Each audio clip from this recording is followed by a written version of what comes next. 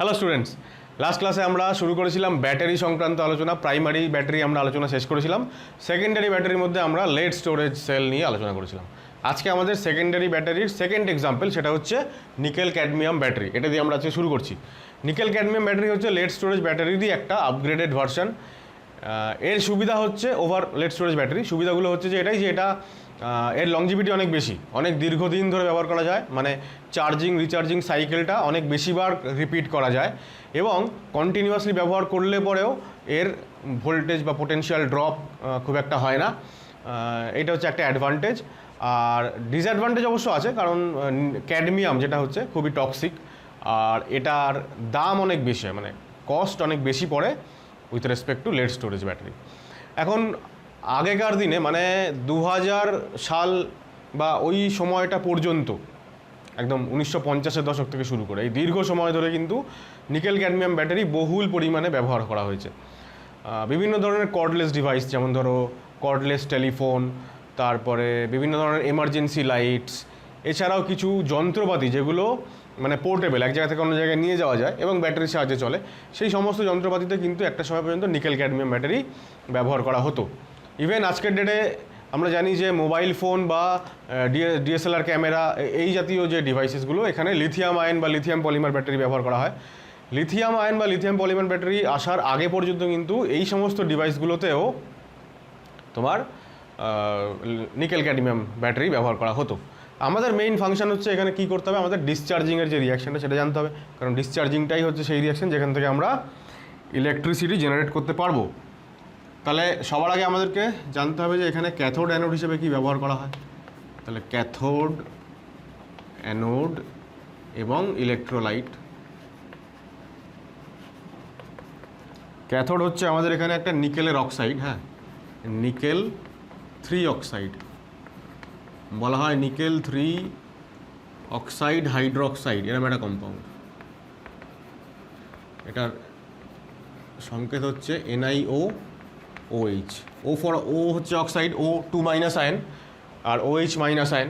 তো দেখো, ও যদি 2- হয় আর OH যদি মাইনাস হয়, তাহলে টোটাল 3টে নেগেটিভ চার্জ। সুতরাং এখানে নিকেল অ্যাকচুয়ালি +3 স্টেটে আছে, ঠিক আছে। অ্যানোড হচ্ছে ক্যাডমিয়াম, ইলেকট্রোলাইট হচ্ছে KOH, ঠিক আছে, পটাশিয়াম হাইড্রোক্সাইড সলিউশন। আমাদের যেটা বললাম এক্ষুনি, যে মূল ফোকাস হচ্ছে ডিসচার্জিংয়ের রিয়াকশানটা আমি এখানে লিখছি। চার্জিং রিয়াকশান আমি আর লিখবো না, কারণ তোমরা অলরেডি জানো যে ডিসচার্জিংয়ে যা রিয়াকশান হয়, চার্জিংয়ে উল্টো রিয়াকশান হয়, এবং উল্টো রিয়াকশানটা উল্টো ইলেকট্রোডে ঘটে। অর্থাৎ আমি যদি এখানে লিখি যে অ্যানোড রিয়াকশানে কি হয়, ক্যাডমিয়াম অ্যানোডে অক্সিডেশন হবে যখন ডিসচার্জিং হচ্ছে। ডিসচার্জিং মানে এই সময় সেলটা গ্যালভানিক সেল হিসেবে কাজ করছে। অ্যানোডে অক্সিডেশন হবে, অক্সিডাইজার CD2+ তৈরি করবে। CD2+ এবার সলিউশনের যে OH- আছে তার সঙ্গে রিয়াকশন করে ক্যাডমিয়ামের হাইড্রোক্সাইড তৈরি করে দেবে। তাহলে আমরা একসঙ্গে রিয়াকশনটা লিখব, তৈরি করবে CdOH2, আর দুটো ইলেকট্রন ছাড়লো যেহেতু অক্সিডেশন। আর ক্যাথোড রিয়াকশান দেখো কি হচ্ছে। ক্যাথোড রিয়াকশানে ওই নিকেলের যে নিকেল 3 অক্সাইড হাইড্রোক্সাইড, যেখানে কিনা নিকেল +3 স্টেটে আছে, ও রিডিউস হবে। ও অ্যাকচুয়ালি জল এর উপস্থিতিতে একটা ইলেকট্রন গেইন করে। একটা ইলেকট্রন যদি গেইন করে, তাহলে +3 থেকে কোথায় যাবে, +2তে যাবে। তো এখান থেকেও অ্যাকচুয়ালি নিকেল হাইড্রোক্সাইড তৈরি হয়, ঠিক আছে। তাহলে এটা হয়ে গেল নিকেল +2। এখানে ক্যাডমিয়ামও +2, ক্যাডমিয়াম অবশ্য 0 থেকে +2 হচ্ছে, 0 থেকে +2 হচ্ছে মানে দুখানা ইলেকট্রন ট্রান্সফার। আর এখানে পাশাপাশি আরেকটা OH- তৈরি হয়, মানে OH- মানে ওই অ্যালকালাইন যে সলিউশনটা। আচ্ছা, ব্যালেন্স করাই আছে, দেখো 3টে হাইড্রোজেন, 3টে অক্সিজেন, 3টে অক্সিজেন, ওকে। আচ্ছা, এইবার দেখো, আমরা যদি টোটাল মানে সেল রিয়াকশানটা পেতে চাই, তাহলে এই দুটোকে যোগ করব। এখন যোগ করব মানে হচ্ছে এখানে একটা ইলেকট্রন ট্রান্সফার আর এখানে দুটো। তাহলে এই টোটাল ইকুয়েশানটাকে আমাকে 2 দিয়ে মাল্টিপ্লাই করতে হবে না? ওইদিকে আমার জায়গা নেই, আদারওয়াইজ তোমরা খাতার ডান দিকে এখানে এই যে ইনটু টুটা ওইদিকে লেখো, তাহলে CD plus 2 nickel oxide hydroxide plus 2H2O।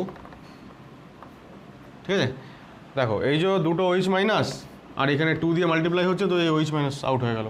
ডান দিকে পড়ে থাকবে খালি দুটো হাইড্রোক্সাইড, অর্থাৎ CdOH হোল টুয়াইস আর নিকেল হাইড্রোক্সাইড। এই যে দুখানা প্রোডাক্ট তৈরি হলো, এই দুটো প্রোডাক্টই হচ্ছে সলিড স্টেটে থাকে। যেহেতু সলিড স্টেটে থাকে, সুতরাং এরা তৈরি হয়ে ইলেকট্রোডের গায়ে আটকে থাকবে। আবার আগে যেরকম আমরা জেনেছিলাম একই রকমভাবে ইলেকট্রোডের গায়ে আটকে থাকবে, এবং আমরা যখন এরপর চার্জিং করব তখন অনায়াসেই ওরা ইলেকট্রোড রিয়াকশানে টেক পার্ট করতে পারবে।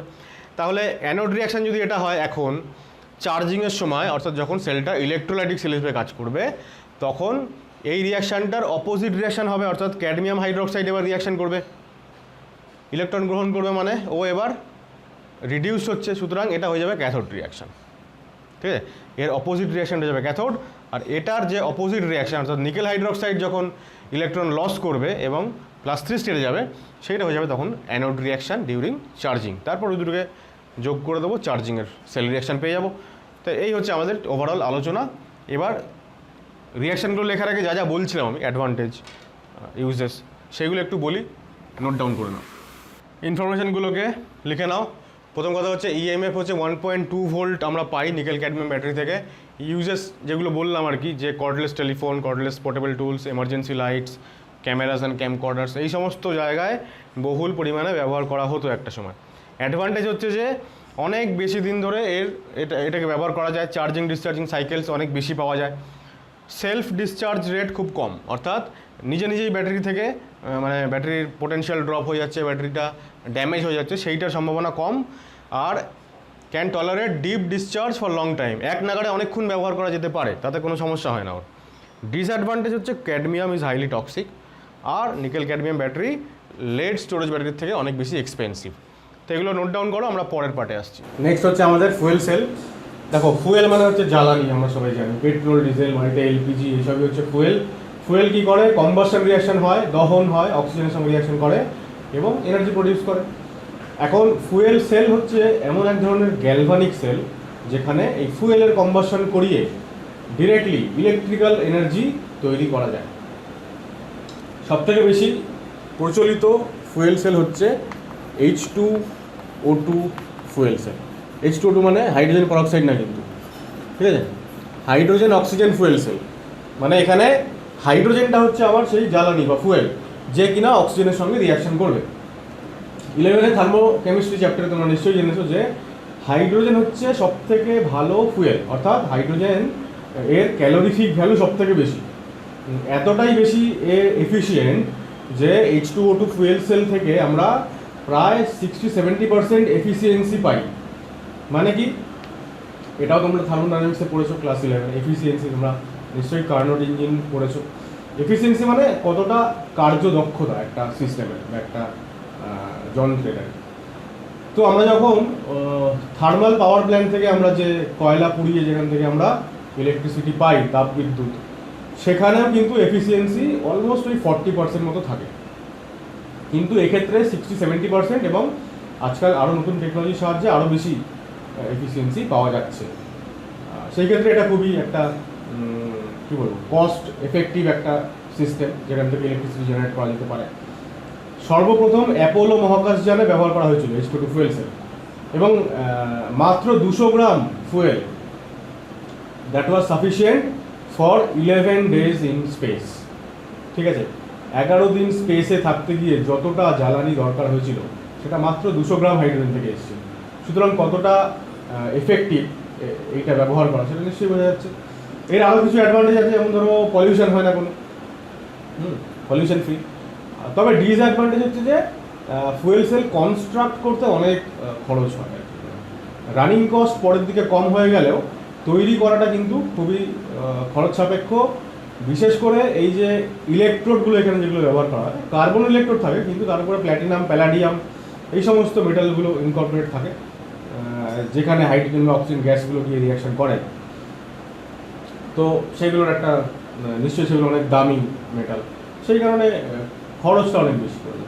যাই হোক, আমাদের এখানে মূল কাজ হচ্ছে আবারও সেই যখন গ্যালভানিক সেল হিসেবেই কাজ করছে, তাহলে ডিসচার্জের সময় অর্থাৎ ইলেকট্রিসিটি জেনারেট করার সময় কী কী রিয়াকশানস হয় সেইগুলো দেখে নেওয়া।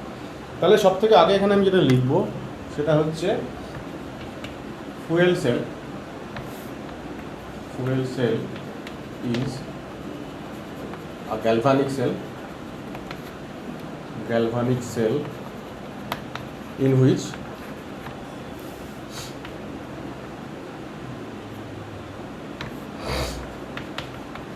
electricity by electrical energy is generated directly by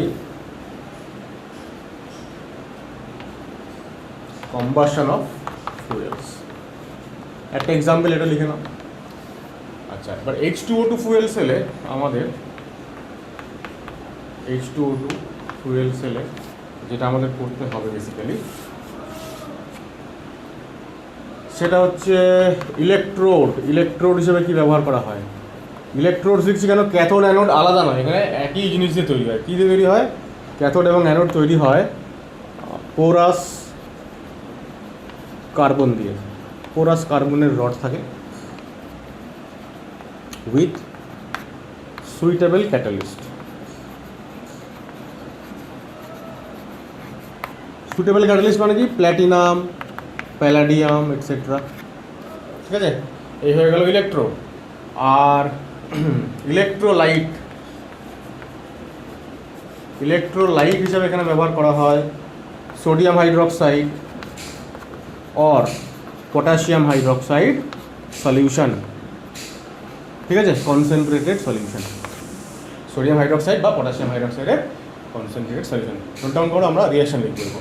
আচ্ছা, মনে করে দেখো আমরা জলের ইলেকট্রোলাইসিস করলাম এর আগে। এখন ইলেকট্রোলাইসিস অর্থাৎ ইলেকট্রোলাইটিক সেল, সেখানে জল থেকে তৈরি হয়েছিল H2 এবং O2। এখানে যেহেতু গ্যালভানিক সেল, এখানে উল্টোটা হবে, H2 আর O2 ফাইনালি রিয়াকশন করে জল তৈরি করবে। আর ওখানকার অ্যানোড রিয়াকশান উল্টে গিয়ে এখানকার ক্যাথোড রিয়াকশান হবে, এবং উল্টোটাও সত্যি। তাহলে আমরা অ্যানোডে কী লিখবো? অ্যানোডে এখানে অক্সিডেশন হবে, এবং অক্সিডাইজ হবে কি? ওখানে ক্যাথোডে রিয়াকশন করছিল, ক্যাথোডে তৈরি হচ্ছিল হাইড্রোজেন, তাহলে এখানে অ্যানোডে হাইড্রোজেন রিয়াকশন করবে, তাই না? এর আগের গুলোতে যা হচ্ছিল কি একই লজিক। ইলেকট্রোলাইটিক সেল হিসাবে যখন কাজ করে তখন যা হয়, গ্যালভানিক সেল হিসেবে কাজ করে তার উল্টোটা হয়, এবং উল্টো ইলেকট্রোডে হয়।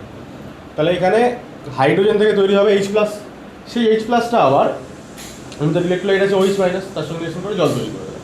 ঠিক আছে, তাহলে এখানে অ্যাকচুয়ালি কী হয় যে দুখানা হাইড্রোজেন রিয়াকশন করে। দুখানা হাইড্রোজেন মানে চারটে হচ্ছে H+, তার মানে 4টে OH- রিয়াকশন করবে। ঠিক আছে, করে 4H2O তৈরি করে দিল লিকুইড, আর 4টে ইলেকট্রন। ক্যাথোড রিয়াকশন কী হবে? ওখানে অ্যানোডে অক্সিজেন তৈরি হচ্ছিল, তাহলে এখানে ক্যাথোডে এবার অক্সিজেন রিয়াক্ট্যান্ট। অক্সিজেন কী করবে? অক্সিজেন জলের সঙ্গে রিয়াকশন করবে, আবার মানে ক্যাথোড তো, তার মানে রিডাকশন হয়ে তৈরি করবে OH- তৈরি করবে। কেন? মানে তুমি যদি এমনি ব্যাক ক্যালকুলেশন মতন ভাবো তাহলে তুমি বুঝতে পারবে যে ফাইনালি আমার রিয়াকশনটা কী আনতে হবে। মানে সেল রিয়াকশন যেটা ফাইনালি হবে সেটা হচ্ছে H2 আর O2 রিয়াকশন করে তৈরি হবে জল H2O। তাহলে H2 আর O2 এখানে পেয়ে গেছি, আর এদিকে H2O পেয়ে গেছি, তাহলে এই OH-গুলোকে তো আমাকে বাদ দিতে হবে ফাইনাল রিয়াকশন পাওয়া যাবে। সুতরাং এখানে প্রোডাক্ট হিসাবে OH- তৈরি হবে। এইবার তুমি ব্যালেন্স করে দাও। ঠিক আছে, ব্যালেন্স করলে কী হবে দেখো, 2, 3টে অ্যাকচুয়ালি কটা হয়ে গেলো দেখো, 2 আর 2, আমার 2 4 যদি এখানে লিখি তাহলে 2 আর 2 4টে অক্সিজেন ব্যালেন্স হয়ে গেল। 4টে OH- তাহলে 4টে ইলেকট্রন। ঠিক আছে, এইবার হ্যাঁ 4টে, তাহলে এবার এটাও কেটে গেল ডিরেক্টলি এটা আউট হয়ে গেল, 4টে OH- আউট হয়ে গেল। পড়ে থাকবে কি যাবো 2H2, এগুলো অবশ্যই গ্যাসিয়াস, ওইখানে লিখতে মনে নেই, এখানে লিখে নাও যে 4H2O লিকুইড। তাহলে এই হয়ে গেল আমাদের total sell reaction during discharging. ঠিক আছে, এইবার যা যা বললাম এর আগে অ্যাডভান্টেজ ডিসঅ্যাডভান্টেজ সেইগুলো আমি বলছি, ওগুলো একটু নোট ডাউন করে নাও। তাহলে দেখো কপি করে নাও। EMF হচ্ছে 0.9 ভোল্ট, এখান থেকে পাওয়া যায়। অ্যাডভান্টেজ হচ্ছে প্রোডাক্টস অফ কম্বাসন মানে জল, সেটা ড্রিঙ্কিং পারপাসে ব্যবহার করা যেতে পারে, পলিউশন ফ্রি, নেক্সট হচ্ছে হাইড্রোজেন হচ্ছে best fuel, having highest calorific value, তাই জন্য খুব অল্প পরিমাণ ফুয়েল দিয়েই অনেক পরিমাণে এনার্জি পাওয়া যেতে পারে। For example 200 gram fuel just sufficient ছিল 11 দিন স্পেসে কাটানোর জন্য অ্যাপোলোতে যারা গেছিলেন। 4 নম্বর হচ্ছে এফিসিয়েন্সি 60 থেকে 70%, এই টেম্পারেচার রেঞ্জের মধ্যে কাজ করে, টেম্পারেচার রেঞ্জটা অনেকটা বেশি। কিন্তু ডিসঅ্যাডভান্টেজ হচ্ছে ইলেকট্রোলাইটসগুলো, অর্থাৎ NaOH বা KOH যেটা ব্যবহার করবো সেটা হচ্ছে কোরোসিভ, ওটা পাত্রটাকে বা ইলেকট্রোডগুলোকে মানে ক্ষয় করবে আর কি। 2 নম্বর হচ্ছে ইলেকট্রোডগুলো হাইলি এক্সপেন্সিভ। আর থার্ড হচ্ছে গ্যাসিয়াস ফুয়েলসগুলোকে লো টেম্পারেচার এবং এই হাই প্রেশারে হ্যান্ডেল করা একটু ডিফিকাল্ট। তাই এইগুলো তোমরা কপি করো। নেক্সট আমরা আসছি পরের পার্টে। কোরোশনের বাংলা হচ্ছে অবক্ষয়, মানে ক্ষয়ে যাওয়া। কোরোশন হচ্ছে একটা ইলেকট্রোকেমিক্যাল প্রসেস। এখানে কি হয়, মেটালটা অক্সিডাইজড হয়ে যায়। খুব সোজা এক্সাম্পল হচ্ছে আয়রনের রাস্টিং। এছাড়াও দেখবে অনেক সময় কপার বা ব্রোঞ্জের তৈরি জিনিসপত্র সবুজ কালারের হয়ে যায়, মানে তারাও কি করে, আফটারঅল তারা বাতাসের ময়েশ্চার এবং অক্সিজেনের সঙ্গে রিয়াকশন করে এবং অক্সিডাইজড হয় এবং বিভিন্ন ধরনের কম্পাউন্ড তৈরি করে। তো এই অক্সিডেশনের জন্য কি হয়, ফাইনালি ওই পার্টিকুলার সাবস্টেন্সটার ক্ষতি হয়, মানে সেগুলো আস্তে আস্তে ক্ষয়ে যায়। তো এই ব্যাপারটাকে আমরা কোরোশন বলি। এখন আমাদের এখানে কেবলমাত্র আয়রনের যে রাস্টিং সেইটার সেখানে কী টাইপের ইলেকট্রোকেমিক্যাল রিয়াকশন হয় সেইগুলো আমাদেরকে জানতে হবে। তাহলে শুরুতে আমরা যেটা লিখবো সেটা হচ্ছে যে কোরোশন ইজ অ্যান ইলেকট্রোকেমিক্যাল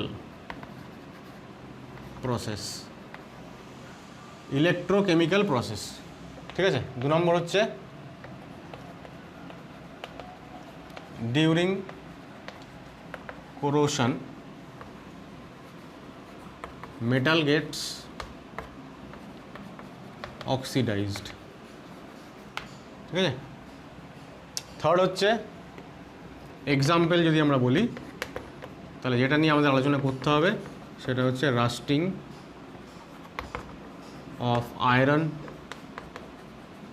এছাড়াও copper, bronze copper or bronze substances turning green, এটাও এক ধরনের কোরোশন। AG silver substances, এরাও ব্ল্যাক কালারে হয়ে যায়, টার্নিশিং বলা হয়, সবই হচ্ছে কোরোশনের এক্সাম্পল। আমরা বেসিক্যালি এখানে যেটা পড়বো সেটা হচ্ছে যে rusting of iron. Rusting of আয়রনে কী হয় বেসিক্যালি, এমনিতে খুবই কমপ্লেক্স ব্যাপারটা, কিন্তু এটা মনে করা হয় যে রাস্টিং অফ আয়রন যখন হয় তখন আয়রনের ওই যে সাবস্টেন্স তারই সারফেসে এরকম দুটো স্পট তৈরি হয়। একটা স্পট মানে একটা জায়গায় অ্যানোডিক রিয়াকশান হয়, অক্সিডেশন হয়, আর একটা জায়গায় ক্যাথোডিক রিয়াকশান বা রিডাকশান হয়, এবং পুরোটা মিলিয়ে একটা গ্যালভানিক সেলের মতন কাজ করে। এই রকম অসংখ্য ছোটো ছোটো মিনিয়েচার সেল তৈরি হয়ে যায়, গ্যালভানিক সেল, এবং সেই গ্যালভানিক সেলের কমপ্লিট রিয়াকশানের মাধ্যমেই আয়রনটা কী হয়, মানে আয়রনের রাস্টিংটা হয়, অর্থাৎ আয়রনটা ওখানে অক্সিডাইজড হয়ে আয়রন অক্সাইড তৈরি করে। তাহলে রাস্টিং অফ আয়রন এখানে আমাদের প্রথমে যেটা বলতে হবে, ফার্স্ট অফ অল হচ্ছে this occurs in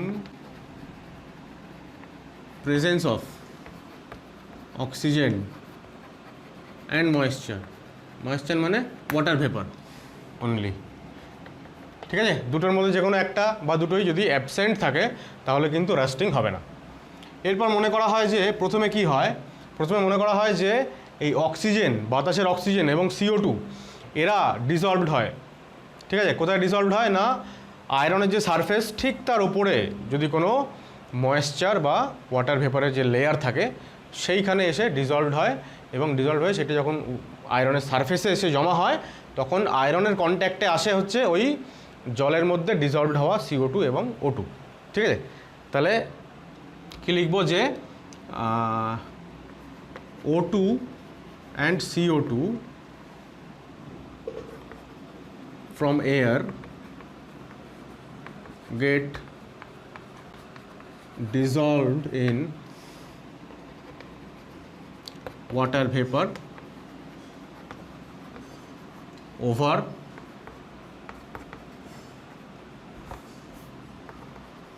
over the surface of iron. ঠিক আছে, কি হয়, CO2 গ্যাস জলের মধ্যে ডিজলভড হয়ে তৈরি করে কার্বনিক অ্যাসিড H2CO3। এবার এই H2CO3টাও আবার ভেঙে গিয়ে H+ তৈরি করে আর কার্বনেট আয়ন তৈরি করে। ঠিক আছে, this H2CO3 acts as electrolyte, very very important, electrolyte. এই যে বললাম একটু আগে যে মিনিয়েচার সেলগুলো তৈরি হয় যেখানে অ্যানোডিক এবং ক্যাথোডিক রিয়াকশন হয়, সেখানে ইলেকট্রোলাইট হিসেবে ব্যবহার করা হচ্ছে H2CO3। ঠিক আছে, এরপর যে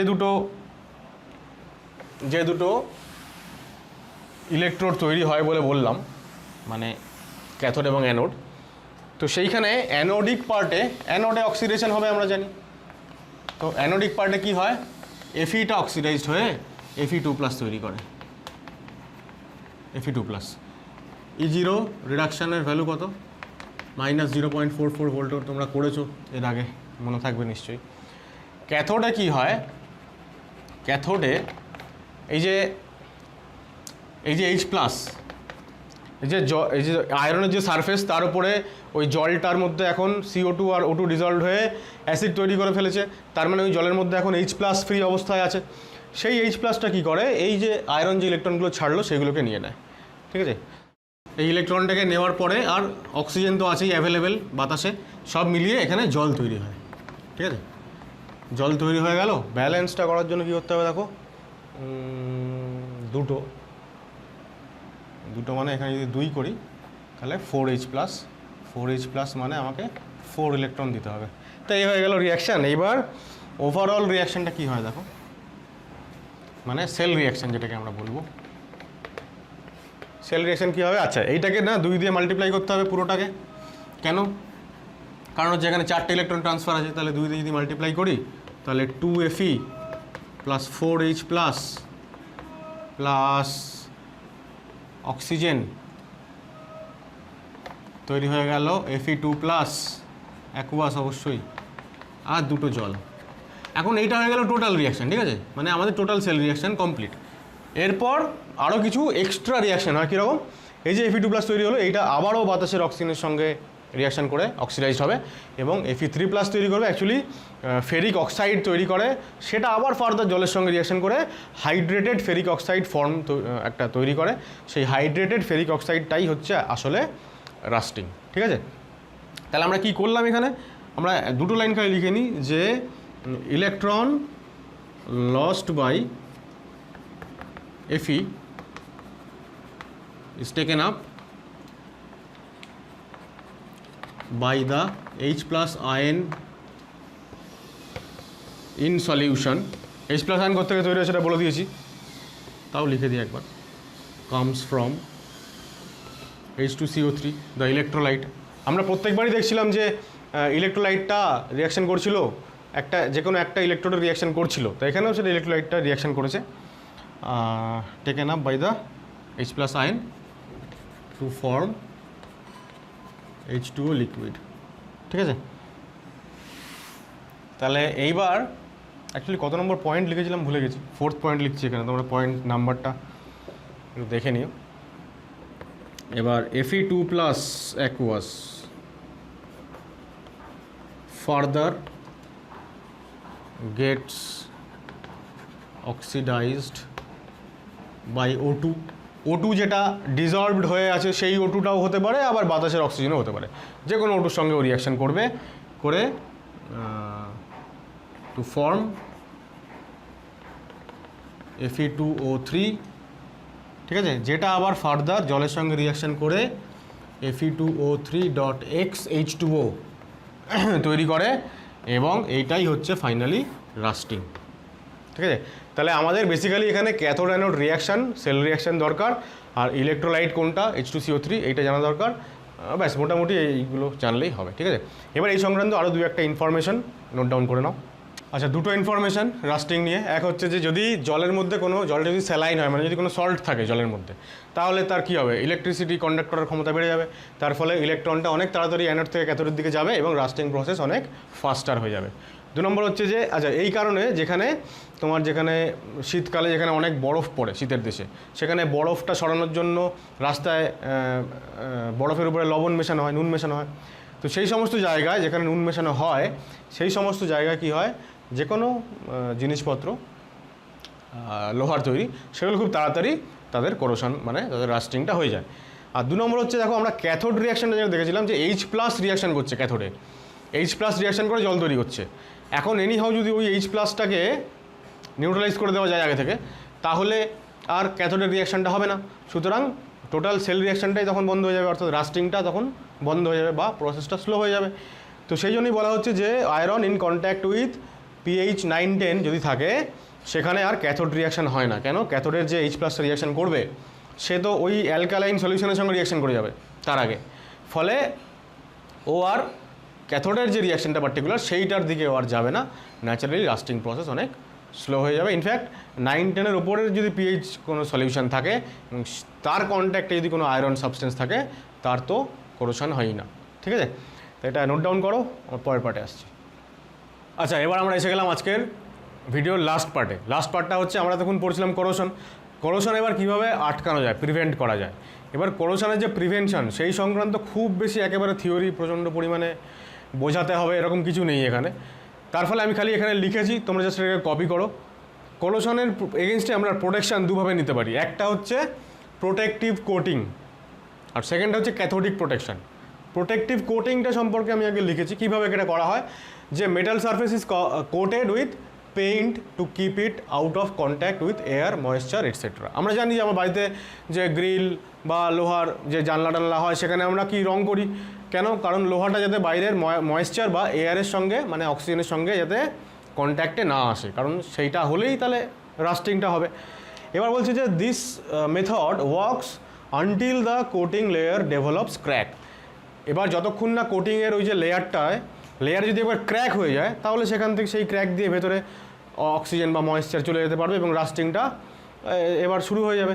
তাহলে যতক্ষণ না সেই ক্র্যাকটা হচ্ছে পেইন্ট লেয়ারের উপরে ততক্ষণ কিন্তু লোহার যে স্ট্রাকচারটা সেটা কিন্তু সেফ।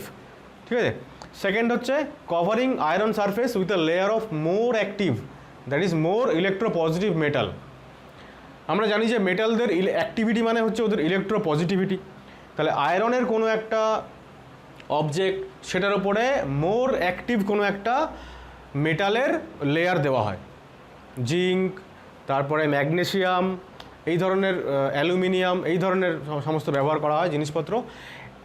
জিঙ্ক যখন ব্যবহার করা হয় তখন এটাকে গ্যালভানাইজেশন বলে। আমরা জানি দুভাবে হতে পারে, জিঙ্কের মানে লিকুইড জিঙ্কের মধ্যে ওটাকে ডোবানো হতে পারে লোহার অবজেক্টটাকে, সেইভাবে প্রোটেকশন আসতে পারে, বা ইলেকট্রোলাইটিক মেথডে আসতে পারে, মানে ইলেকট্রোলাইসিস করে, দুভাবেই হতে পারে, ইলেকট্রোপ্লেটিং যাকে আমরা বলি। তো থার্ড হচ্ছে যে টুয়েরি মানে সেকেন্ডারি গ্যালভানাইজেশন, যেখানে আমি বলছি মানে মোর ইলেকট্রোপজিটিভ এর লেয়ার যখন আমরা দিচ্ছি, সেখানে যদি বাই এনি চান্স আমরা যদি মোর ইলেকট্রোপজিটিভ জায়গায় লেস ইলেকট্রোপজিটিভ কোনো মেটালের যদি কোটিং দিই, ফর এক্সাম্পল যদি আয়রনকে কপার বা টিন দিয়ে কোটিং করা হয়, তাহলে কি হবে, যতক্ষণ টিন বা কপারের লেয়ারটা যতক্ষণ আছে আয়রনের উপরে ততক্ষণ তো ঠিক আছে, কোনো অসুবিধা নেই। কিন্তু যদি একবার ক্র্যাক হয়ে যায় সেখানেও সেই লেয়ারটা যদি একবার ফাটল ধরে যায়, তাহলে কি হবে, আয়রনের যে কোরোশনটা সেটা আরও অনেক ফাস্ট হবে। কেন ফাস্ট হবে? কারণ আয়রন তো বেশি ইলেকট্রোপজিটিভ এই কপার বা টিনের তুলনায়। তাহলে যদি একবার সেখানে রাস্টিং শুরু হয় তাহলে সেটা কিন্তু একদম দারুণ গতিতে এবং খুব তাড়াতাড়ি অবজেক্টটা নষ্ট হয়ে যাবে। তো সেটাই লেখা আছে যে if iron is coated with Cu or Sn, corrosion occurs more rapidly once the protective layer is broken, as Fe is more reactive, that is more electropositive than Cu or Sn. আর last হচ্ছে যে by applying a film of oil grease on iron tools. লোহার বিভিন্ন যে যন্ত্রপাতি আমাদের বাড়িতে থাকে, হাউস হোল্ড বিভিন্ন কাজ করার জন্য লাগে, সেই সমস্ত যন্ত্রপাতিতে আমরা তেল, গ্রিজ এই জাতীয় জিনিস মাখিয়ে রাখি আর কি। কী হয়, এতেও কি হয়, ওই লোহার জিনিসটার উপরে একটা আলাদা কোটিং তৈরি হয়ে গেল, যার ফলে অক্সিজেন বা ময়েশ্চার লোহাটার সংস্পর্শে আর আসতে পারে না, ন্যাচারালি রাস্টিংটা বন্ধ হয়। তো এই হচ্ছে আমাদের প্রোটেকটিভ কোটিং। নেক্সট এটা কপি করো। নেক্সট আমি বলবো ক্যাথোডিক প্রোটেকশন। আচ্ছা, সেকেন্ড টাইপ অফ প্রোটেকশন হচ্ছে ক্যাথোডিক প্রোটেকশন। আমরা স্যাক্রিফিশিয়াল অ্যানোড বলি অনেক সময়। কী করা হয়, এখানে আয়রন অবজেক্টটাকে কানেক্ট করা হয় কার সঙ্গে, একটা মোর অ্যাক্টিভ মেটালের সঙ্গে। এখানে আমি ম্যাগনেসিয়াম লিখেছি, ম্যাগনেসিয়ামটাই বেশি ব্যবহার করা হয়। এছাড়া তুমি জিঙ্ক বা অ্যালুমিনিয়াম এদের ব্যবহারও পাবে। তো এইগুলো ব্যবহার করা হয় এবং এদেরকে ডাইরেক্টলি অথবা একটা তারের সাহায্যে থ্রু এ ওয়্যার এদেরকে কানেক্ট করা হয় কার সঙ্গে? আয়রনের সঙ্গে। খুব ইম্পর্টেন্ট হচ্ছে এই জায়গাটা। Iron object act as cathode, আর প্রোটেক্টিভ মেটাল মানে এই যে মোর রিঅ্যাক্টিভ যে মেটালটা যে হচ্ছে প্রোটেকশান দিচ্ছে তাকে আমরা বলছি অ্যানোড। ঠিক আছে? কি হয়, দ্য অ্যানোড মানে যে প্রোটেক্টিভ যে মেটাল সেটা gradually disappears due to its oxidation. মানে যদি ম্যাগনেসিয়াম ব্যবহার করি প্রোটেকশন দেওয়ার জন্য, ম্যাগনেসিয়াম থেকে Mg2+ তৈরি হবে, সলিউশন তৈরি হয়ে যাবে, ম্যাগনেসিয়াম আস্তে আস্তে ডিসঅ্যাপিয়ার্ড হবে। ঠিক আছে? This method is called cathodic protection as object at cathode gets protected. এই যে ম্যাগনেসিয়ামটা অক্সিডাইজ হয়ে যাচ্ছে কেন? কারণ ওইখানে ময়েশ্চার তো নয়, যদি এটা ম্যাক্সিমাম এই ব্যাপারটা ব্যবহার করা হয় কোথায়? মাটির তলায় যে পাইপ লাইন যায় আয়রনের পাইপ, সেইখানে এই মেথড খুব বেশি অ্যাপ্লাই হয়। মাটির নিচে জল কাদা, ফলে সেইখানে আয়রনের রাস্টিংয়ের চান্স অনেক বেশি। তো সেইখানে আয়রন থেকেও বেশি যারা ইলেকট্রো পজিটিভ বা অ্যাক্টিভ তাদেরকে রাখা হয় আয়রনের কন্ট্যাক্টে। তারা যেহেতু বেশি অ্যাক্টিভ তাই তারা আগে অক্সিডাইজ হয়ে যাচ্ছে আয়রনের আগে। সুতরাং অক্সিডাইজ যদি হয়ে যায়, এবার সেই অক্সিডাইজড হওয়ার মাধ্যমে তারা কী করছে? আয়রনটাকে প্রোটেক্ট করছে, ক্যাথোডটা প্রোটেক্টেড হচ্ছে, কারণ আয়রনটা কোথায় থাকে? ক্যাথোডে। তাই জন্য আমরা এই ঘটনাকে বলছি ক্যাথোডিক প্রোটেকশন। আর যে অ্যানোড, এই যে মোর অ্যাক্টিভ যে মেটাল সে থাকছে কোথায়? অ্যানোডে। সে হচ্ছে নিজেকে ডিসঅ্যাপিয়ার করছে, মানে কি সে নিজেকে স্যাক্রিফাইস করছে আর কি। তার নিজের ক্ষয়ে যাওয়ার ফলস্বরূপ হচ্ছে আয়রনটা প্রোটেক্টেড হচ্ছে। সেই কারণে আমরা বলছি যে the anode which disappears gradually to protect cathode is called sacrificial anode. অ্যানোডটা নিজেকে স্যাক্রিফাইস করার পরিবর্তে ক্যাথোডটাকে প্রোটেকশন দিচ্ছে, তাই জন্য স্যাক্রিফিশিয়াল অ্যানোড বা ক্যাথোডিক প্রোটেকশন এই নামগুলো এসছে। এই নামগুলো দিয়ে ছোটোখাটো টুকটাক কোয়েশ্চেন এখান থেকে আসতেই পারে। তাহলে এই হলো আমাদের যাবতীয় ইলেকট্রোকেমিস্ট্রি সংক্রান্ত আলোচনা আজকে শেষ হলো। নেক্সট ভিডিওতে আমরা নতুন চ্যাপ্টার নিয়ে আলোচনা শুরু করব। তবে যাওয়ার আগে বলি যে যারা এখনও পর্যন্ত আমার চ্যানেলটা সাবস্ক্রাইব করোনি তোমরা প্লিজ চ্যানেলটা সাবস্ক্রাইব করো এবং পরবর্তী ভিডিওগুলো দেখতে থাকো। আজকে এইটুকুই, টাটা।